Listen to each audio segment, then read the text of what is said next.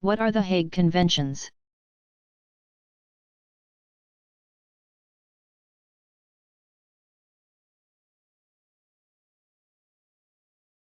They are international treaties, 1899, 1907, covering the laws and customs of war. The first Hague Convention developed out of the Peace Conference of 1899, held in The Hague, the Netherlands, and convened by Russian Tsar Nicholas II, 1868–1918. Among the original goals was limiting the expansion of armed forces. Though the representatives there, from 26 nations, including the United States, failed to agree on a resolution to limit such expansion, they did agree on certain rules of engagement for war on land and at sea. Also, very importantly, they adopted the Convention for the Pacific Settlement of International Disputes.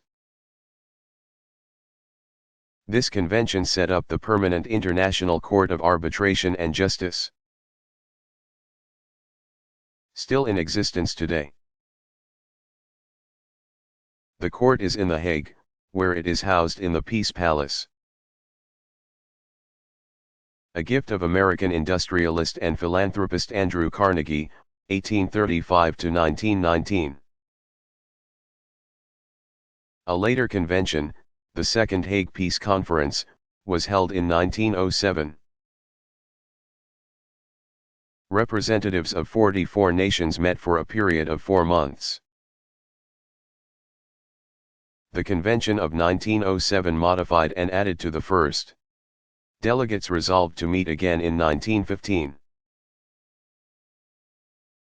But that conference was not held due to the outbreak of the First World War. The Hague Conventions were the forerunners of the League of Nations and the United Nations. How was the makeup of the U.S.?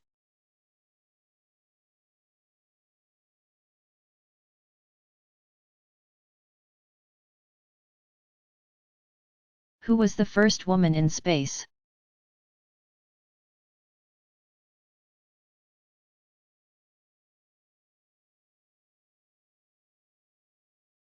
The Soviets claim the distinction of putting the first woman into space.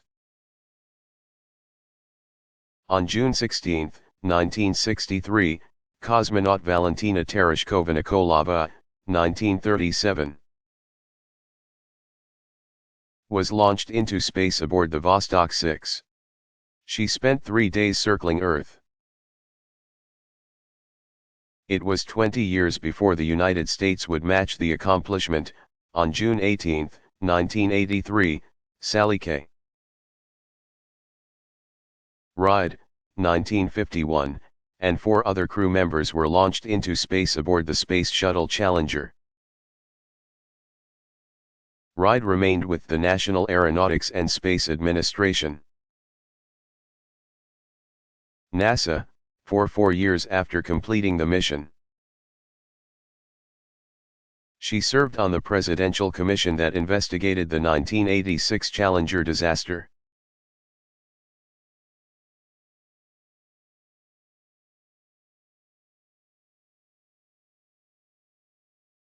Was Attila the Hun really a savage?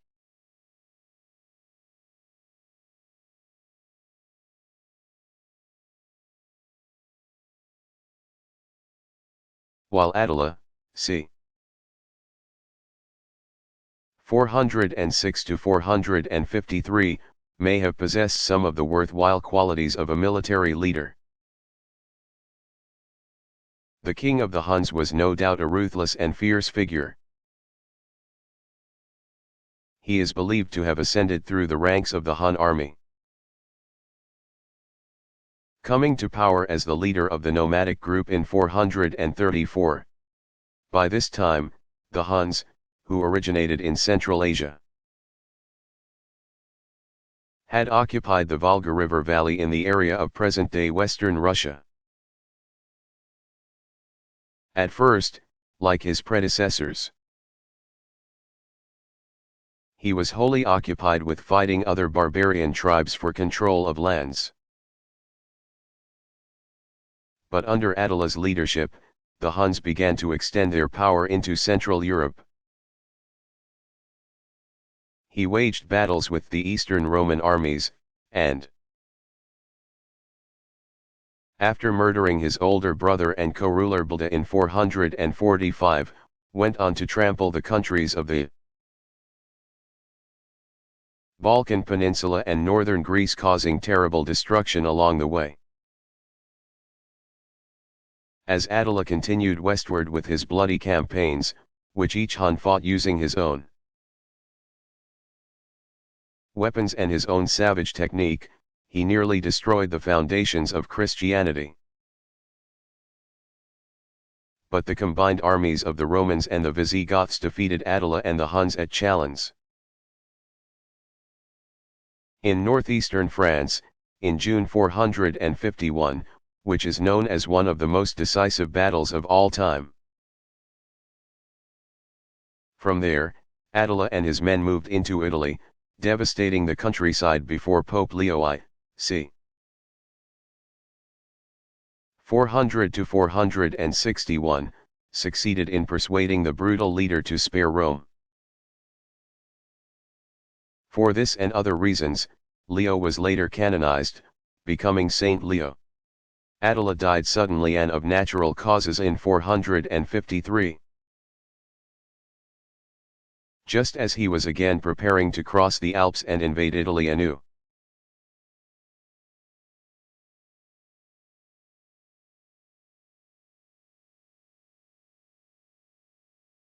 Which countries comprised the Allies in World War II?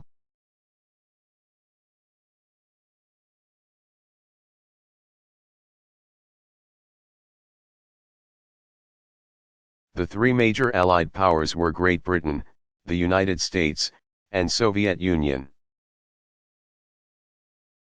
Their leaders, Winston Churchill, 1874–1965, Franklin Roosevelt, 1880–1945, and Joseph Stalin, 1879–1953, were referred to as the Big Three. They and their military advisors developed the strategy to defeat the Axis countries, though Stalin, for the most part, acted alone on the Soviet front. China, which had been at war with Asian rival Japan since 1937, also joined the Allies. 46 other countries became part of the Allied front before the war was over. Germany invaded Poland on September 1, 1939. And within days Great Britain entered into fighting against Germany. Australia, New Zealand, India, France, South Africa, and Canada also allied with Great Britain, as did Norway. Denmark, Belgium, the Netherlands, and Luxembourg in 1940, all of them under siege by Nazi Germany. Greece entered the war later that year, as did Yugoslavia in the spring of 1941. On June 22, 1941, the Soviet Union entered the war. And in the days after the Japanese bombing of the U.S. naval base at Pearl Harbor, Hawaii, on December 7, 1941, 12 more Allied countries became involved in the war, chief among them, the United States and China. The others, with the exception of Czechoslovakia, were all Caribbean and Latin American countries. Panama, Costa Rica, the Dominican Republic, Haiti, Nicaragua, El Salvador, Honduras, Cuba, and Guatemala. The year 1942 saw 3 more countries join the Allies: Mexico in May, Brazil in August, and Ethiopia in December. In 1943 and 1944, in what were perhaps the darkest days of the war, Iraq, Bolivia, Iran, and Colombia signed on as allied nations, followed by the tiny country of San Marino. Significant since it is situated wholly within the boundaries of Axis power Italy, Colombia, and Liberia. February and March of 1945 saw another wave of nations siding with the Allies. The South American countries of Ecuador, Paraguay, Peru, Chile, Venezuela, Uruguay, and Argentina, along with the Middle Eastern countries of Egypt, Syria, Lebanon, and Saudi Arabia. Mongolia, the Mongolian People's Republic, in Central Asia, was the last to join the Allies. On August 9, 1945. Of course, the level of support each Allied nation lent to the war effort varied. But it was significant that the list of Allied nations grew longer with each year that the war was fought.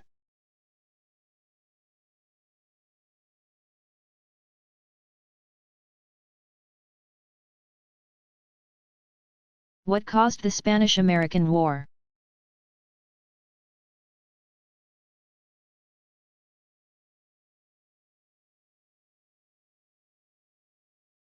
The 1898 War, which lasted only a matter of months. Late April to mid-August, was fought over the liberation of Cuba. During the 1870s the Cuban people rebelled against Spanish rule. But once that long rebellion had been put down, peace on the Caribbean island did not hold. Worsening economic conditions prompted revolution in 1895. American leaders, the bloody American Civil War. 1861–65, still in their memories, feared that while the Cuban rebels could not win their battle against the Spanish, neither were the Spanish strong enough to fully put down the insurrection. Meanwhile, the American public, fed by a steady stream of newspaper accounts reporting oppressive conditions on the island, increasingly supported U.S. intervention in the Cuban conflict. In November 1897 President William McKinley, 1843–1901, did intervene. But it was through political, rather than military, pressure. As a result, Spain granted Cuba limited self-government within the Spanish Empire. However, the move did not satisfy the Cuban rebels, who were determined to achieve independence from Spain. The fighting continued. Rioting broke out in Havana, and in order to protect Americans living there, the United States sent the battleship Maine to the port on January 25, 1898. On February 15, an explosion blew up the Maine, killing more than 200 people. Blame for the blast was promptly, and history would later conclude, wrongly assigned to Spain. While President McKinley again made several attempts to pressure Spain into granting Cuba full independence, it was to no avail. Nevertheless, on April 19, the U.S. Congress passed a joint resolution recognizing an independent Cuba, disclaiming American intention to acquire the island, and authorizing the use of the American Army and Navy to force Spanish withdrawal. On April 25, the United States formally declared that the country was at war with Spain. In the months that followed, American forces battled the Spanish and Spanish loyalists in Cuba and the Spanish-controlled Philippines. There was also military activity on Puerto Rico. However, the American forces there met little resistance. Once Santiago, Cuba, was surrendered by the Spanish after the battle at San Juan Hill in July 1898, it would only be a matter of weeks before a ceasefire was called and an armistice was signed, on August 12, ending the brief war.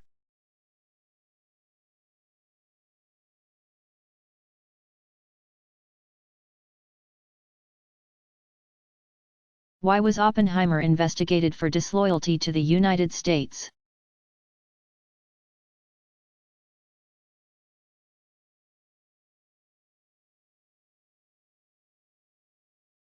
American physicist J.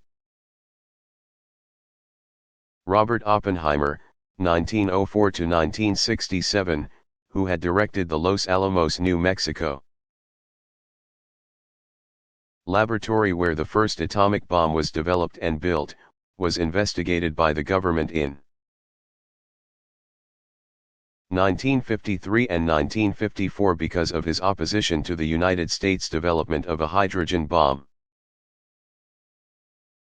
He was also suspected of having ties with the Communist Party, and therefore was viewed as a security risk. Following World War II, 1939–45, Oppenheimer, seeing the devastating and awesome power of the atomic bomb his laboratory had created, became a vocal advocate of international control of atomic energy. When the United States began developing the hydrogen bomb, also called a thermonuclear bomb because of the high temperatures that it requires in order to create a reaction, Oppenheimer objected on both moral and technical grounds. The hydrogen bomb is a far more destructive weapon than the atomic bomb. In 1953, Oppenheimer was suspended from the U.S. Atomic Energy Commission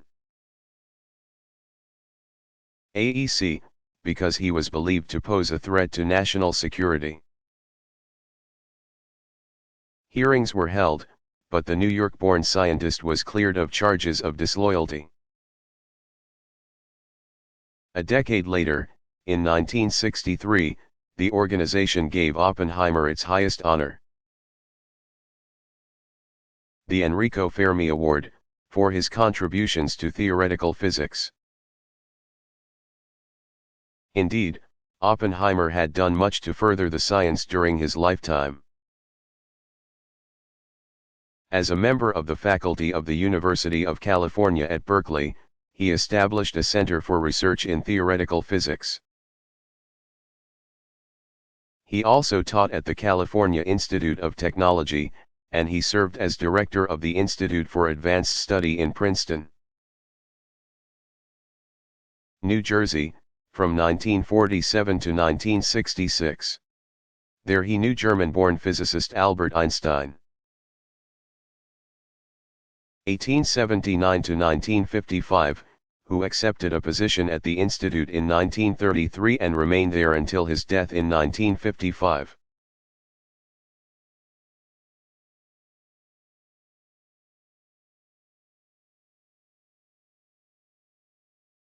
Who was Euclid? The Greek mathematician Euclid, 330–270 B.C., is considered the father of geometry. He used axioms, accepted mathematical truths,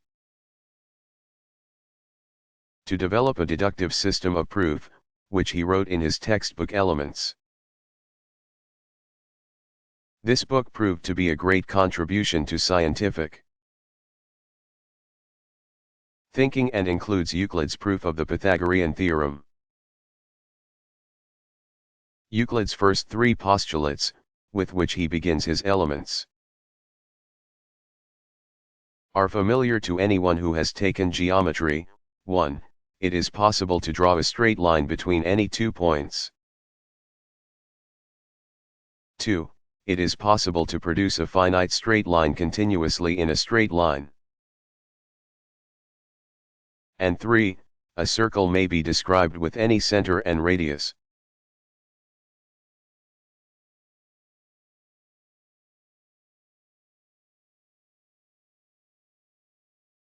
What was the progressive movement?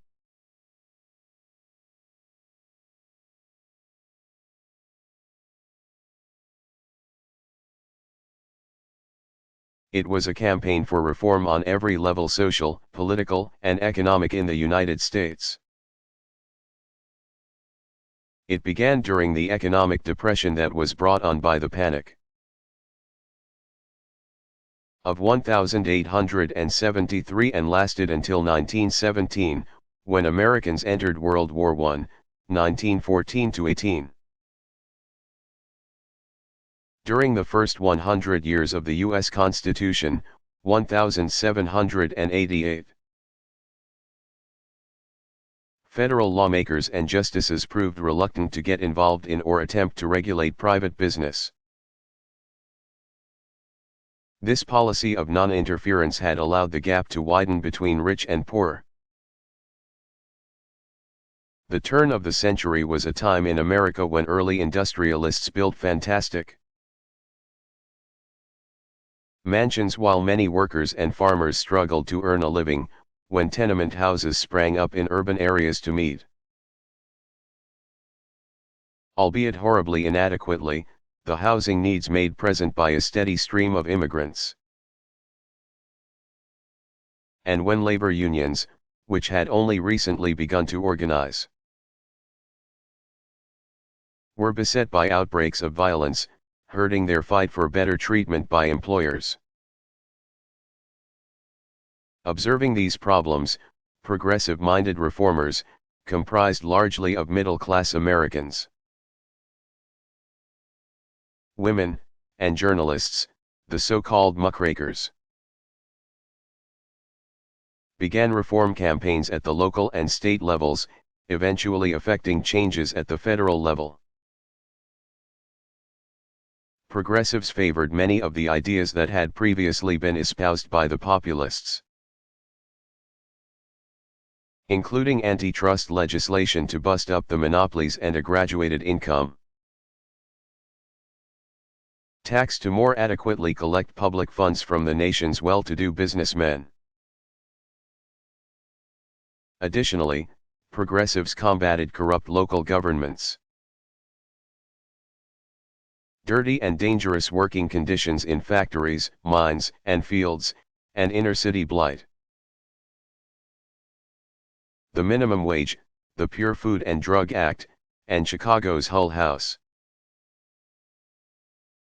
which served as an incubator for the American social work movement, are part of the legacy of the progressive movement.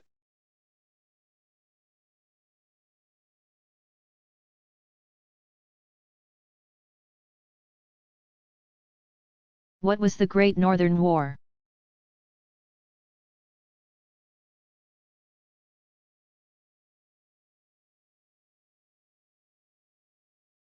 It was a war undertaken at the beginning of the 18th century that challenged Sweden's absolute monarchy and imperialism. During the 17th century, Sweden had become a power in the Baltic region, gradually bringing more and more territory under its control. Even the Peace of Westphalia, 1648, had granted some German lands to Sweden. But much of Sweden's prosperity and expansion during this period had been under the rule of Charles XI, 1655-1697. When he was succeeded by his young son, Charles XII. 1682-1718, in 1697, the tides were about to turn for Sweden. In 1700 an alliance formed by Denmark, Russia, Poland, and Saxony,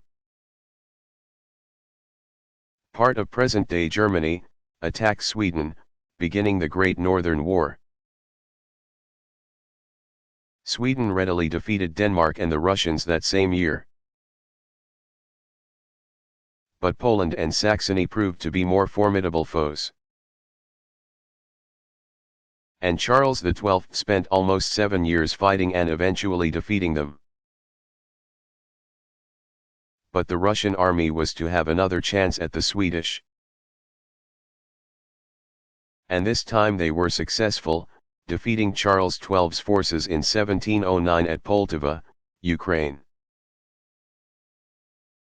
Charles fled the country as the war continued and did not return until 1714. 4 years after that,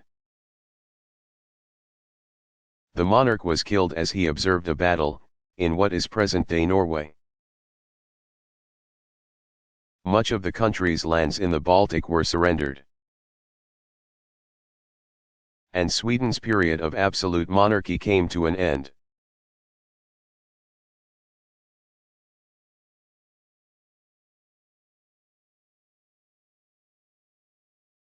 How many musical backs were there?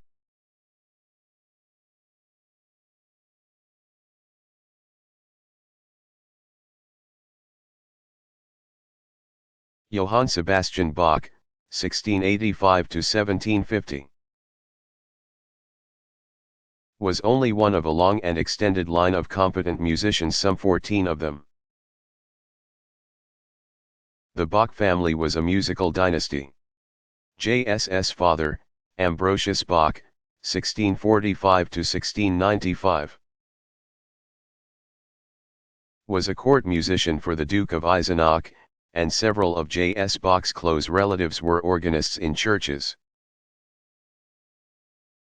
His eldest brother, Johann Christoph Bach, 1671 to 1721, was apprenticed to the famous German composer Johann Pachelbel. 1653 to 1706, J.S. Bach left a musical legacy even beyond the vast body of church, vocal, and instrumental music that he composed. 4 of his sons and 1 grandson were also accomplished musicians. The English Bach refers to J.S.'s son Johann Christian Bach, 1735 to 1782. Who composed operas, oratorios, arias, cantatas, symphonies, concertos, and chamber music. A proponent of Rococo-style music, J.C. Bach influenced Wolfgang Amadeus Mozart, 1756 to 1791.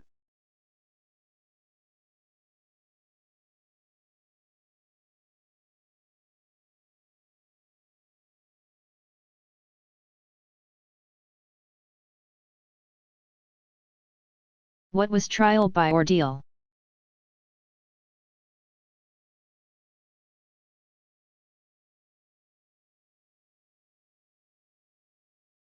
It was an irrational way of determining someone's guilt or innocence.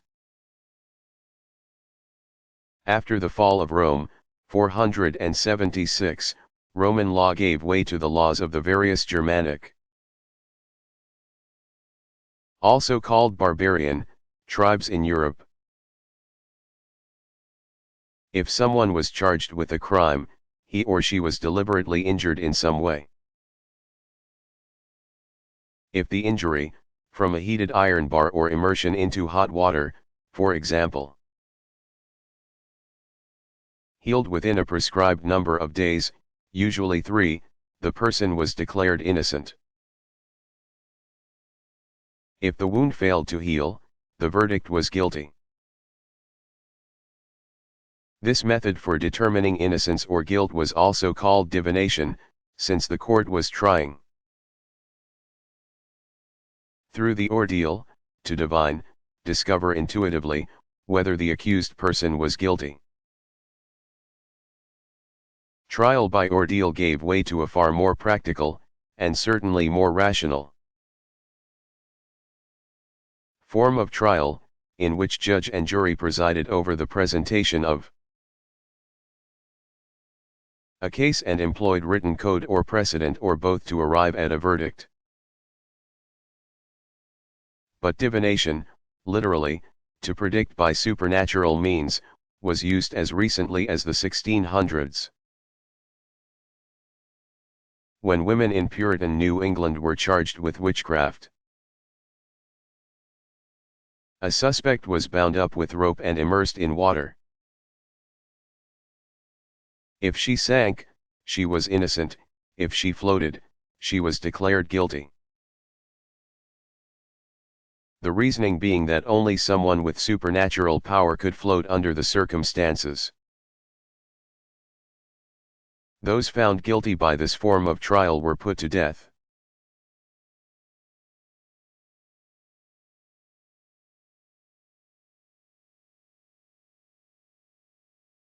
What are VE Day and VJ Day?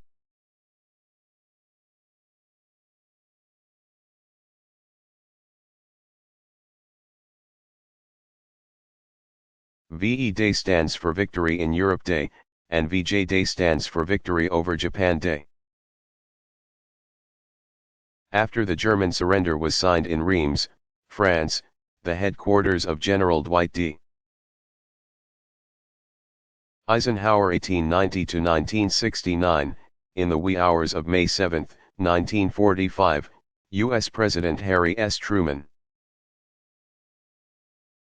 1884–1972, declared May 8 VE Day the end of the World War II fighting in Europe.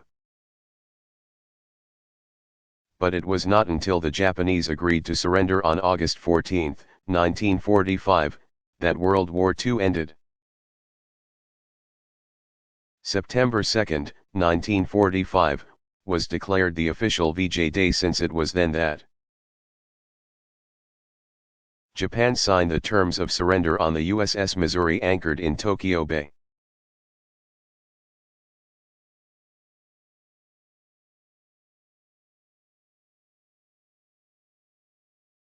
Why is the ballet's Russes famous?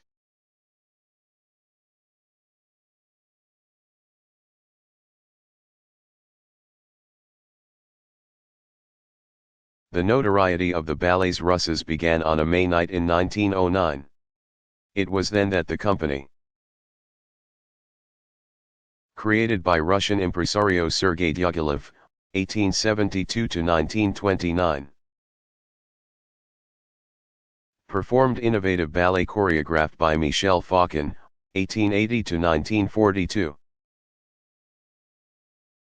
The Parisian audience, made up of the city's elite, was wowed by the choreography, set design, and musical scores, as well as the performances of the lead dancers, the athletic vigor of Vaslav Nijinsky, the delicate beauty of Tamara Karsavina, the expressiveness of Anna Pavlova, and the exotic quality of Ida Rubinstein. Ballet had been freed of the constraints and conventions that had held it captive. The art form was reawakened. The reforms were on every level: choreography, performance, costuming, and design. The company's chief set designer was Leon Bakst, 1866–1924, whose sense of color had influenced not only stage designs but even women's fashions. Soon Diaghilev and the ballet's Russes were at the center of the art world. Major 20th-century painters, including Robert Edmond Jones, Pablo Picasso, André Derain, Henri Matisse, and Joan Miro, created set and costume designs for the dance company. And Diaghilev commissioned music that could match the spectacular dancing, choreography, and decor of his ballets. History's most celebrated composers, including Maurice Ravel, Claude Debussy, Richard Strauss, Sergei Prokofiev, and Igor Stravinsky, provided the scores for the dances performed by ballet's Russes. The company, under Diaghilev's direction, had created a completely different kind of dance drama. bringing ballet out of the shadows of opera and asserting it as an art form unto itself. The ballet companies of today are the lasting legacy of the ballets Russes. Diaghilev illustrated that through a collaborative process, excellent art could be created outside the traditional academy. The ballets Russes provided 20th century dance with the model of the touring ballet company and seasonal repertory.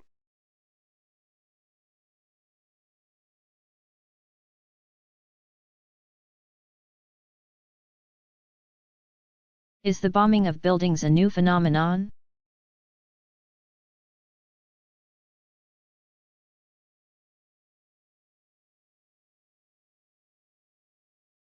Though terrorist bombings seem a plague of recent decades,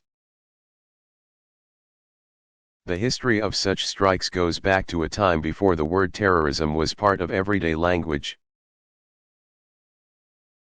In 1920, a bomb explosion on September 16 ripped through the J.P. Morgan Bank building in New York City,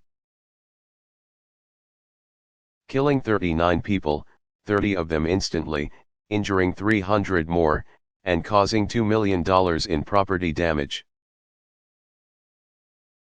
According to eyewitness accounts, the bomb had been carried by a horse-drawn carriage into the heart of America's financial center just before midday, and it exploded as nearby church bells tolled noon. Among the victims were passers-by in the street and people working at their desks, including some high-ranking personnel at J.P. Morgan. Suspicion centered around anarchists, some of whom were questioned by the police and Federal Bureau of Investigation, FBI. But no culprit was ever found. Until September 11, 2001, that event was the deadliest bombing in New York City history. Further, the many bombings carried out by white supremacists during the civil rights movement in the 1960s are also testimony to the fact that targeted bombings are not a new phenomenon. Between 1962 and 1965, as the Council of Federated Organizations worked to register voters in Mississippi, racial extremists turned to violence. Among the tactics used in addition to shootings, beatings, and lynches were bombings. During Freedom Summer, 1964, alone, more than 65 homes, churches, and other buildings were bombed in Mississippi. Perhaps the most widely publicized of those bombings was the 16th Street Baptist Church in Birmingham, Alabama, on September 15. 1963, 200 people were attending Sunday services when a bomb exploded. 4 young African American girls were killed. But the sorrow of that day did not stop there. The bombing provoked racial riots, and police used dogs to control the crowds. 2 black schoolboys were killed in the melee.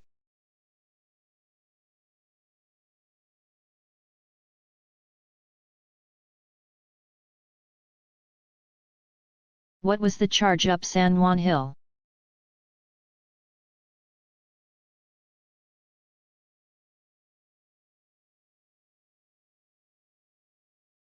On July 1, 1898, during the Spanish-American War, Colonel Theodore Roosevelt, 1858-1919, led his American troops, known as the Rough Riders, on an attack of the Spanish blockhouse, a small fort, on San Juan Hill, near Santiago, Cuba. Newspaper reports made Roosevelt and the Rough Riders into celebrities. And even after he became a U.S. president, Teddy Roosevelt remarked that San Juan was the great day of my life. San Juan Hill was part of a two-pronged assault on Santiago. While the Rough Riders Regiment attacked the Spanish defenses at San Juan and Kettle Hills. Another American division, led by General Henry Lawton, 1843–1899, captured the Spanish fort at El Caney. The success of the two initiatives on July 1 combined to give the Americans command over the ridges surrounding Santiago. By July 3 the American forces had destroyed the Spanish fleet. Under the command of Admiral Pascual Cervera Whiteapete, 1839–1909. On July 17 the Spanish surrendered the city. Though the victory was critical to the outcome of the war, the assault on Kettle Hill and San Juan Hill had come at a high price. 1,600 American lives were lost. In a battle that had seen American troops black and white fight the Spanish shoulder to shoulder.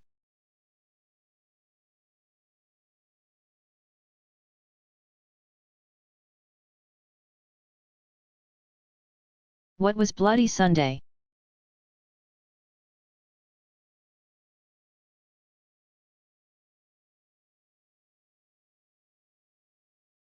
The January 22, 1905, event, which is also known as Red Sunday, signaled the beginning of revolutionary activity in Russia that would not end until 1917. On that winter day the young Russian Orthodox priest Georgy Gapon, 1870–1906, carrying a cross over his shoulder, led what was intended to be a peaceful workers' demonstration in front of the Winter Palace at St. Petersburg. But, as the London Times correspondent reported that day, when the crowd was refused entry into the common gathering ground of the Palace Square, the passions of the mob broke loose like a bursting dam. Despite Father Gabon's thinking that they too would join the workers in protest, the Cossack guards and troops, still loyal to the Romanov Tsar Nicholas II, 1868–1918, shot into the crowd of demonstrators, killing about 150 people, children, women, and young people among them. Father Gapon, who had intended to deliver to the Tsar a petition on behalf of the workers, was injured during the day's events and later fled in exile. His thinking that the palace guards would come over to the workers' side was not his only miscalculation. Tsar Nicholas was not even at the palace that Sunday, having left days earlier. But Nicholas's reign was threatened by his troops' response to the gathering crowd. So horrific was the bloodshed that the snow-covered streets of St.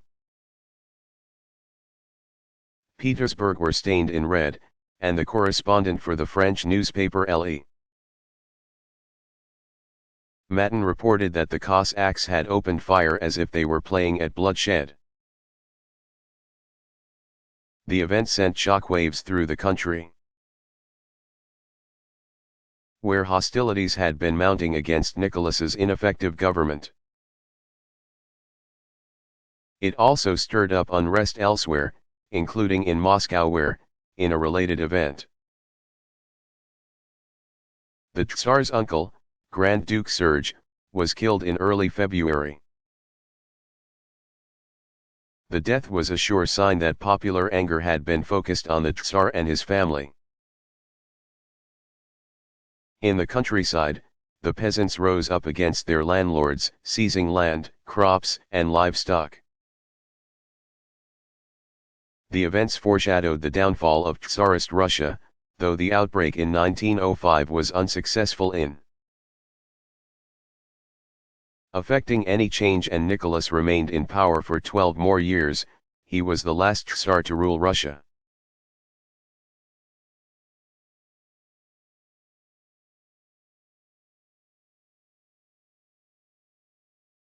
Who invented the telephone?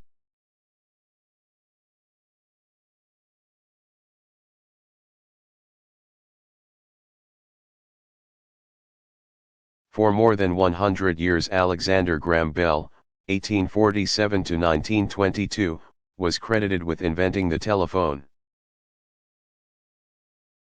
But in 2002 the U.S. Congress officially recognized a previously unknown Italian-American inventor, Antonio Musi, 1808 to 1889, as the father of the telephone. Musi was born in Florence, Italy, and arrived in the United States in 1845. His focus was the use of electricity in medicine. But in carrying out his experiments, he realized that the voice could be transmitted over wire. By 1862 he had developed dozens of models of his invention, but could not afford to protect his prototypes with patents. In 1870 illness forced the poor inventor to sell his early models. By 1874 he had assembled new models, which he gave to an executive at Western Union Telegraph Company. 2 years later, the announcement was made that Scottish-born inventor Alexander Graham Bell had pioneered the technology. Bell came to the United States in 1871 as a teacher of speech to the deaf. He believed that sound wave vibrations could be converted into electric current at one end of a circuit, and the current could be reconverted into identical sound waves at the other end of the circuit. He had described this idea to his father as early as 1874, and some believe that he may have conceived of it as early as 1865. Still, Musi's prototypes would have predated these ideas. On June 3, 1875, while trying to perfect a method for simultaneously carrying more than 2 messages over a single telegraph line, Bell heard the sound of a pluck spring along 60 feet of wire. In 1876 the first voice transmission via wire was made when Bell had a laboratory accident and called out to his assistant,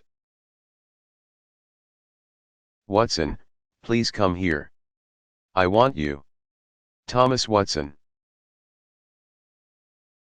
1854 to 1934, was on another floor of the building, with the receiving apparatus, and distinctly heard Bell's message.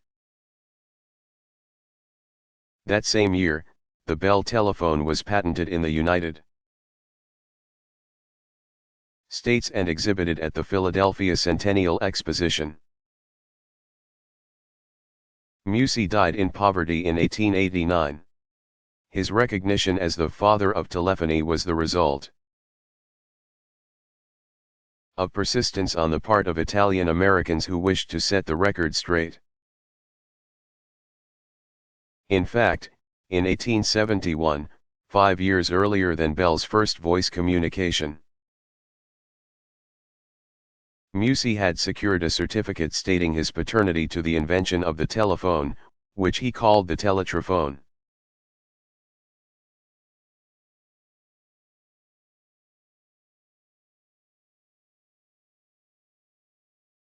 When was photography established as an art form?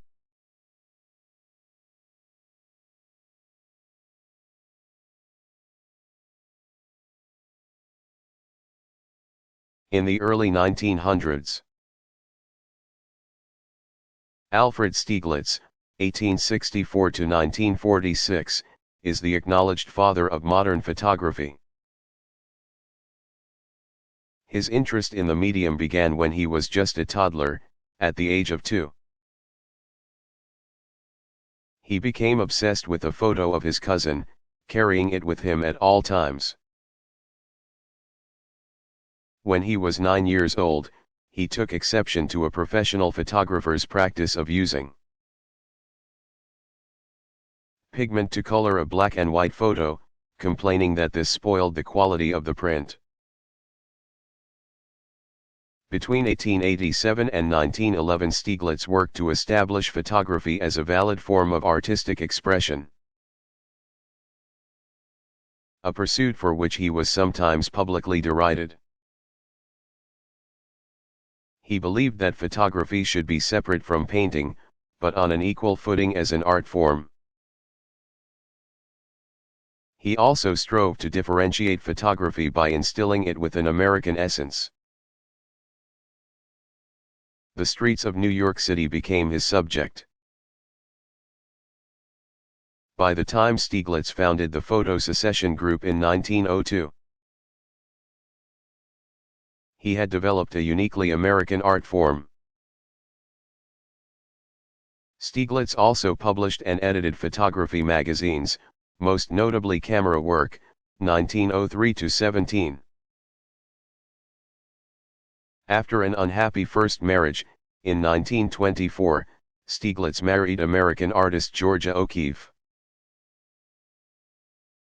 1887-1986, who became the subject of one of his best-known series of works.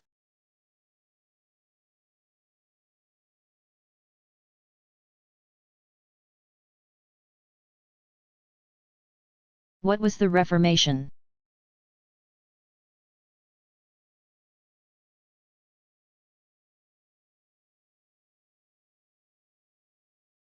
It was a religious movement in Europe during the 16th and 17th centuries. It fomented inside the Catholic Church as people began questioning the Church's doctrines, practices, and authority. While the movement was preceded by a swelling dissatisfaction with the Church, the Reformation was officially, and some would say abruptly, begun in October 1517 when German monk and theology professor Martin Luther, 1483-1546, nailed his 95 Theses to the door of the castle church at Wittenberg, Saxony, Germany, launching an attack on the church. The movement continued through the 30 Years' War, 1618-48. And though the resolution to that conflict brought about a measure of religious stability in Europe, the force of the Reformation did not end there.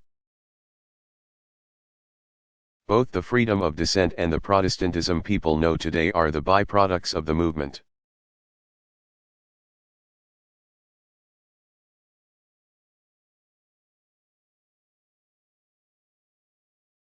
What was the impact of network television?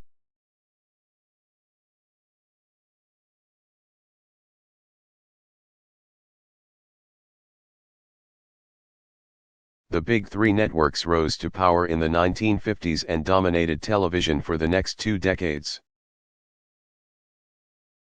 During much of this period, they captured more than 90% of the total viewing audience. Americans had turned away from the radio programs and films that had diverted them in the post-war 1940s and were tuning into television the tube at an average rate of 25 hours per week,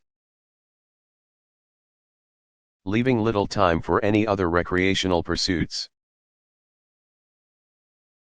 In short, television had become not only an American pastime, but an American obsession.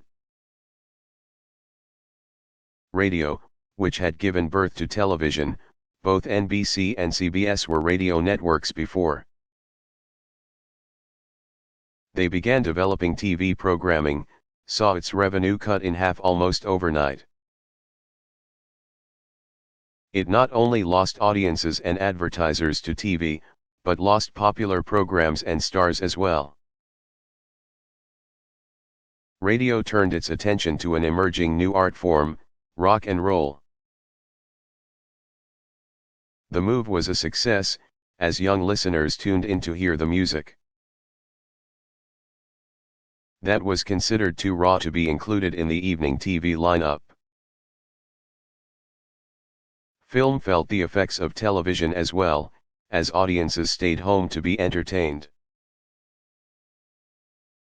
Movie makers attempted to lure audiences back into the theaters with gimmicks including 3D movies,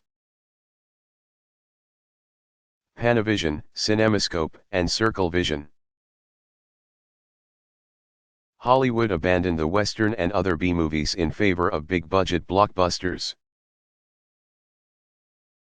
many of which were filmed on location rather than at studios or on backlots.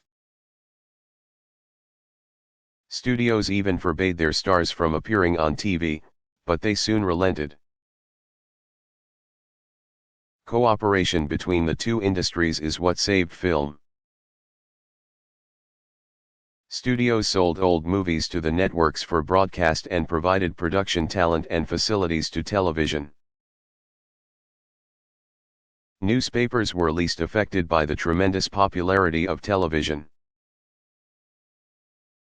Since programming time was at first limited to 8 p.m. to 11 p.m., which still left time to read the paper. As soon as television expanded programming beyond that 3-hour window, however, newspapers felt the pinch more sharply in 1963, when both CBS and NBC began airing news shows. Daytime programming spelled the demise of the evening paper. While television had no impact on the number of books published, it did prompt a decrease in the number of fiction titles that were published, and a corresponding increase in the number of non-fiction titles. The upward trend of non-fiction titles is a lasting effect of television on the publishing industry. Today experts disagree over the impact of television on our lives. Some argue that increased crime is a direct outcome of television since programs show crime as an everyday event and advertisements make people more aware of what they don't have. Critics also maintain that television stimulates aggressive behavior, reinforces ethnic stereotyping, and leads to a decrease in activity and creativity. Proponents of television counter, citing increased awareness in world events, improved verbal abilities, and greater curiosity as benefits of television viewing. By the end of the 1950s, more than 50 million American families owned a television.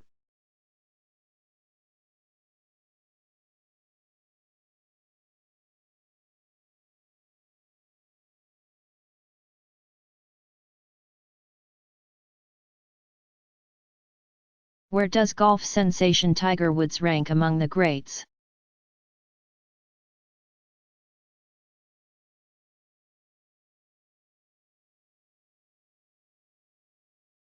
Woods, 1975, ranks among the best players of all time.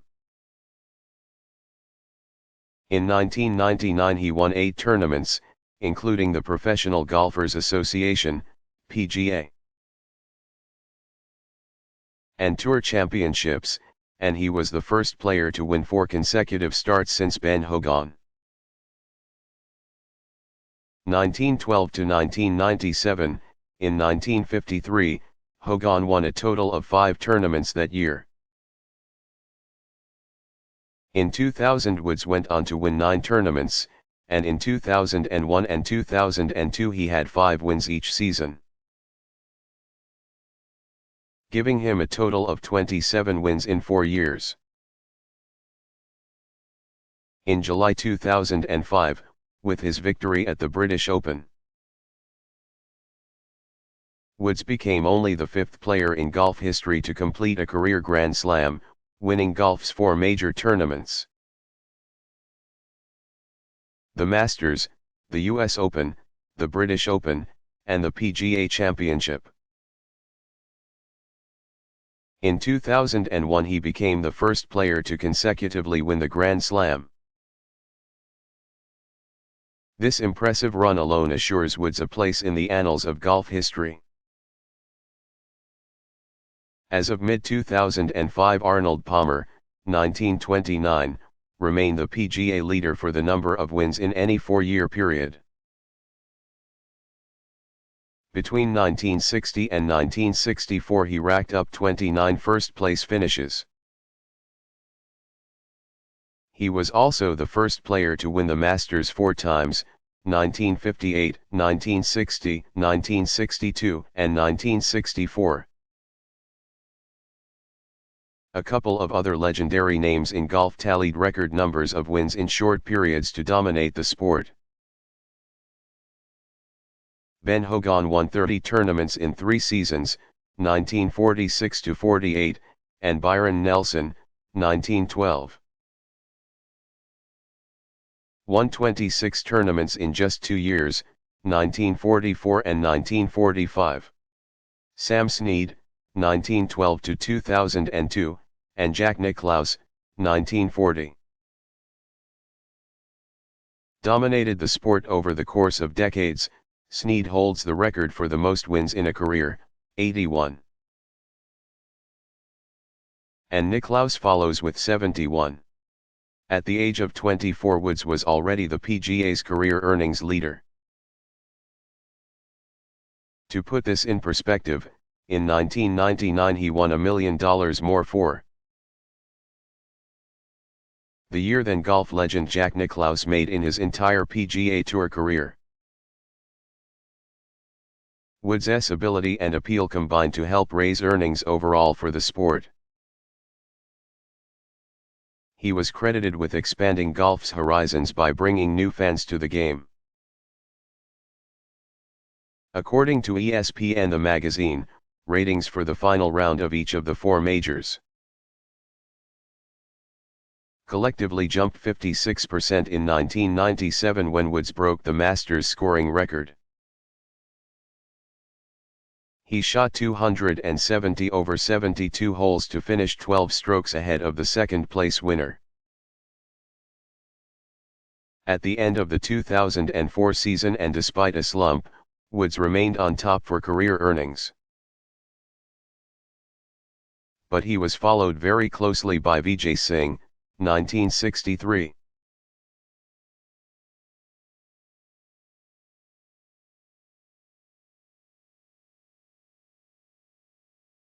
Is Thomas Edison the greatest inventor in history?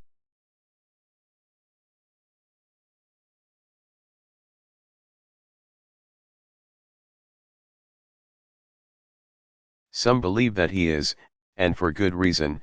Thomas Alva Edison, 1847-1931. The so-called Wizard of Menlo Park, registered 1,300 patents in his name during his lifetime.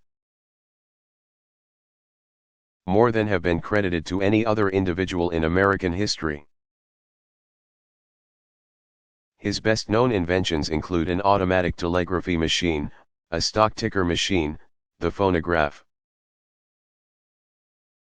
1877, the incandescent light bulb, 1878, and the motion picture machine, kinetoscope, 1891. Edison also made one major scientific find during his research, when he observed that electrons are emitted from a heated cathode. The conductor in an electron tube. The phenomenon is known as the Edison effect. When Edison was still in his 20s, he set up a laboratory where 50 consulting engineers worked with him on various inventions. By his own description, the Newark, New Jersey, plant was an invention factory. It operated for 6 years, during which Edison was granted about 200 new patents for work completed there. The laboratory is regarded by most as the first formally organized non-academic research center in the United States. By 1876 Edison had outgrown his Newark facilities and arranged for the construction of a new plant at Menlo Park, New Jersey. His most productive work was accomplished at this location over the next decade.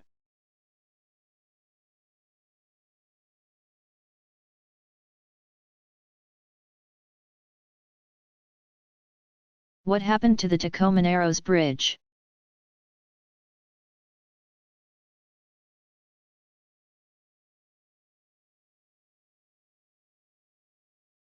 In 1940, the new 2,800-foot suspension bridge, carrying traffic across Washington's Puget Sound, was hit by high winds, causing it to buckle and undulate. In the simplest of terms, an engineering error allowed one of the suspensions to give way in the wind, and the bridge became ribbon-like, moving in waves.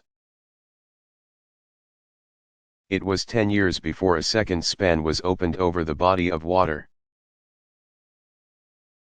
The 1940 accident prompted engineers and bridge designers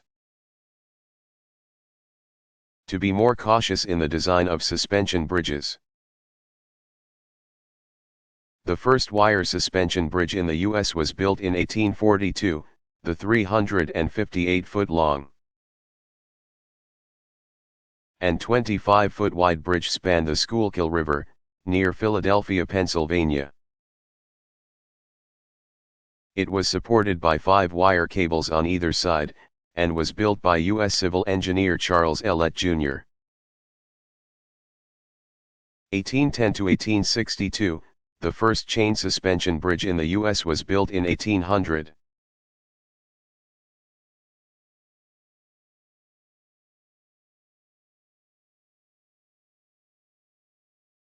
What were the Spanish holdings in the New World?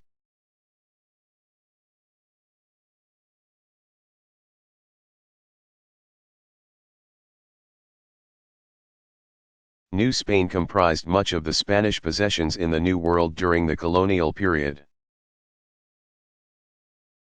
At its height, New Spain included what are today the southwestern United States,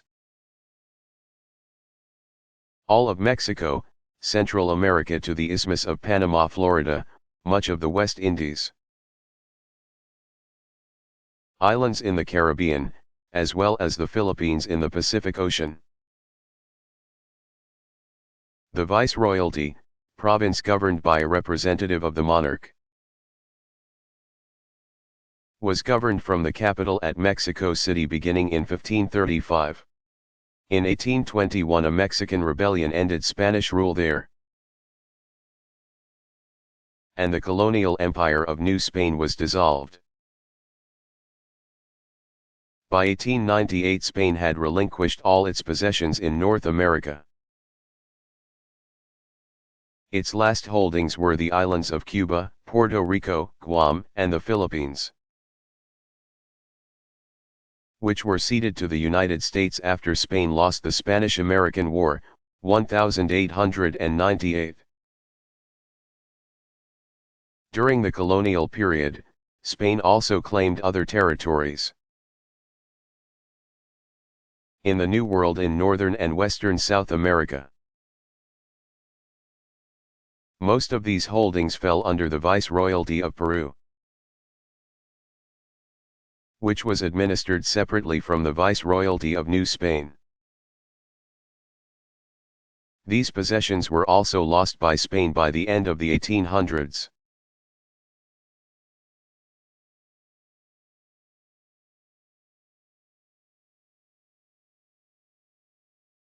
Who invented the assembly line?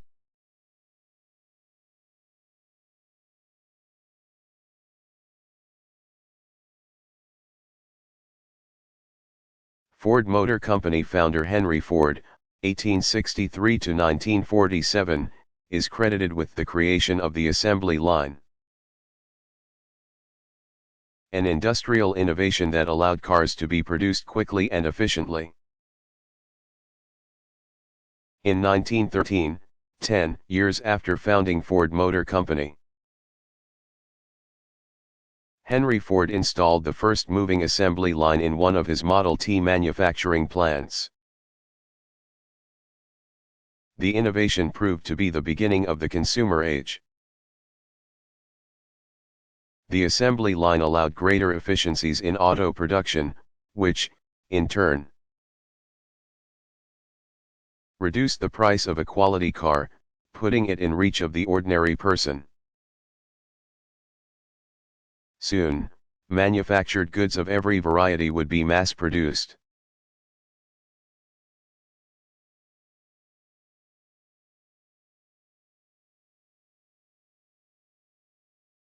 Why was the introduction of canning important?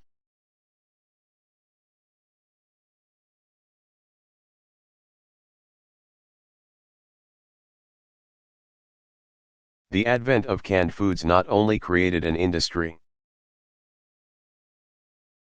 but it altered the average American diet, helped usher in the consumer age, and saved time. Canning, a process for preserving food, vegetables, fruits, meats, and fish, by heating and sealing it in airtight containers, was developed by French candy maker Nicolas-François Appert, c. 1750 to 1841, in 1809, though he did not understand why the process worked. Some 50 years later, the pioneering work of French chemist and microbiologist Louis Pasteur,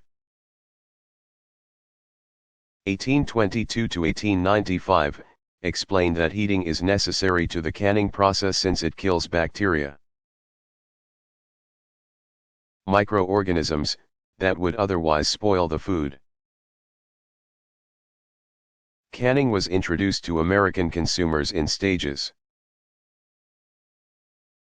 In 1821 the William Underwood Company began a canning operation in Boston, Massachusetts. In the 1840s oyster canning began in Baltimore, Maryland. In 1853 American inventor Gale Borden, 1801 to 1874, developed a way to condense and preserve milk in a can, founding the Borden Company 4 years later. And in 1858 American inventor John Landis Mason, 1832 to 1902, developed a glass jar and lid suited to home canning.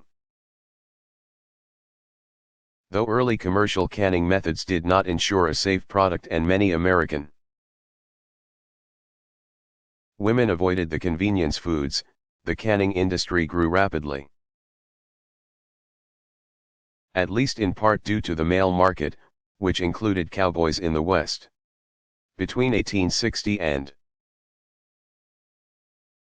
1870 the U.S. canning industry increased output from 5 million to 30 million cans. Improvements in the process during the 1870s helped eliminate the chance that cans would burst, a problem early on. And though the canning process changes food flavor, color, and texture, the convenience and long shelf life of canned foods helped them catch on. By the end of the 1800s a wide variety of canned foods, which had also come down in price, were common to the urban American diet. Companies such as Franco-American advertised in women's magazines, promoting their delicacies in tins. An outbreak of botulism in the 1920s prompted the American canning industry to make further improvements to its process.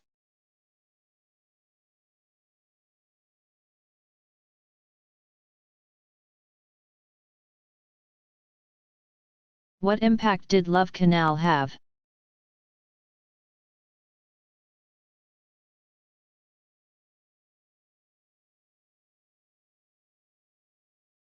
The effect of the crisis was felt on many levels, by area residents whose lives were forever changed by the hazards. By residents nearby Love Canal who feared for their own safety. By Americans across the country who lived near other chemical waste sites. And by Americans for whom Love Canal had become synonymous with the problems posed by hazardous waste. At the government level, the tragic events at Love Canal helped to speed the passage of the Comprehensive Environmental Response, Compensation, and Liability Act of 1980, also known as the Superfund. The legislation set up a multi-billion-dollar fund to clean up the nation's worst toxic disasters. The Environmental Protection Agency, EPA, assigned cleanup priority to some 200 abandoned and potentially contaminated waste sites. Along with the chemical plant explosion at Bhopal, India, in 1984, Love Canal also contributed to a community right to know provision, which was part of the 1985 Superfund Amendments and Reauthorization Act. The new legislation gave all citizens the right to know what chemicals are produced, stored, or buried in their neighborhoods.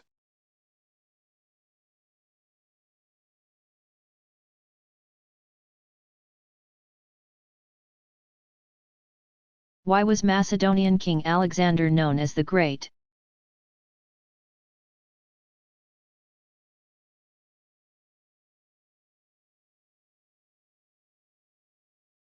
The Macedonian King Alexander the Great, 356 to 323 B.C., has passed through history as a legendary figure. A reputation attributable to the fact that he conquered virtually all of the known world in his day. In effect, he was king of the world, though his tenure in that role was relatively brief. Born in the Greek city-state of Macedonia, Alexander was the son of King Philip II. 382 to 336 BC, who had risen to power 3 years earlier. He had an upbringing and education befitting a young Greek prince. Alexander was tutored by Greek philosopher Aristotle, 384 to 322 BC, and was trained in athletics and war. His studies of Greek literature and art would later combine with his skill as a warrior to produce a formidable conqueror. Inspired by Greek culture, he also possessed the military prowess and cunning necessary to spread Hellenism, Greek culture, throughout the known world. At the age of 16, Alexander began running the government of Macedonia while his father, King Philip, waged military campaigns to protect and expand his kingdom. At the age of 17, Alexander joined his father on the battlefield, where he commanded a section of the army to defeat Thebes. When Philip was assassinated in 336 BC, Alexander acted quickly to assert his claim to the throne. Having done so by 335 BC, he continued to carry out his father's campaigns, securing Greece and the Balkan Peninsula by the fall of that year. He followed this with an all-out offensive on the Persian Empire, long the enemy of Greece. Supremely courageous and confident in his own abilities as well as in his troops, which numbered in the tens of thousands. By the fall of 331 BC, Alexander had defeated the Persian army and along the way claimed Egypt.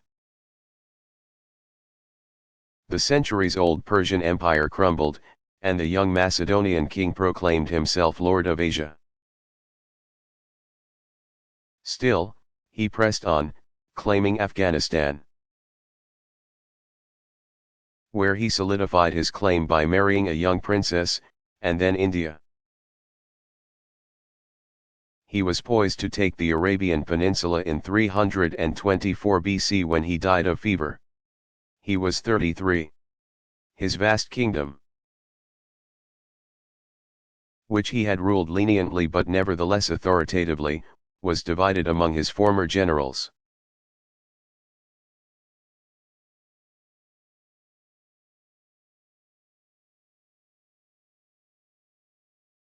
Why is the court-martial of Billy Mitchell famous?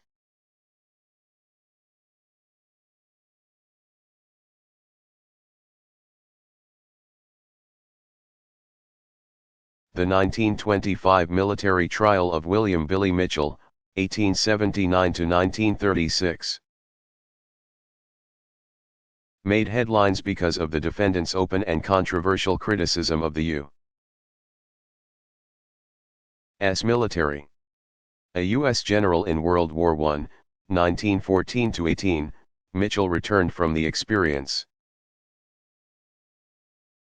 convinced that the future military strength of the country depended on air power. In fact, he had commanded the American Expeditionary Air Force during the war in Europe and had even proposed to General John Pershing that troops be dropped by parachute behind German lines. Pershing dismissed the idea. The war over, in 1921 Mitchell declared that the first battles of any future war will be air battles. But when the Navy and War Departments failed to develop an air service, Mitchell was outspoken about it, charging the military with incompetence, criminal negligence, and describing the administration as treasonable. Those were fighting words. Charged with insubordination and conduct of a nature to bring discredit upon the military service. Mitchell's trial began on October 28, 1925. After lengthy hearings, on December 17 of that year Mitchell was found guilty and was suspended without pay from the military for a period of 5 years. Congress entered the fray, proposing a joint resolution to restore Mitchell's rank. But President Calvin Coolidge, 1872-1933, upheld the court's decision. Mitchell responded by resigning. He returned to civilian life but continued to write and speak about his belief in an air force. He died in 1936, about 5 years too soon to see his predictions come true. In surprise air raids on December 7, 1941, the Japanese attacked U.S. military installations in the Philippines and Hawaii. Though the U.S. military rose to the occasion, entering World War II and building an impressive and mighty air fleet, many observers felt the military could have been better prepared to stage that monumental effort had Mitchell's advice been heeded years earlier.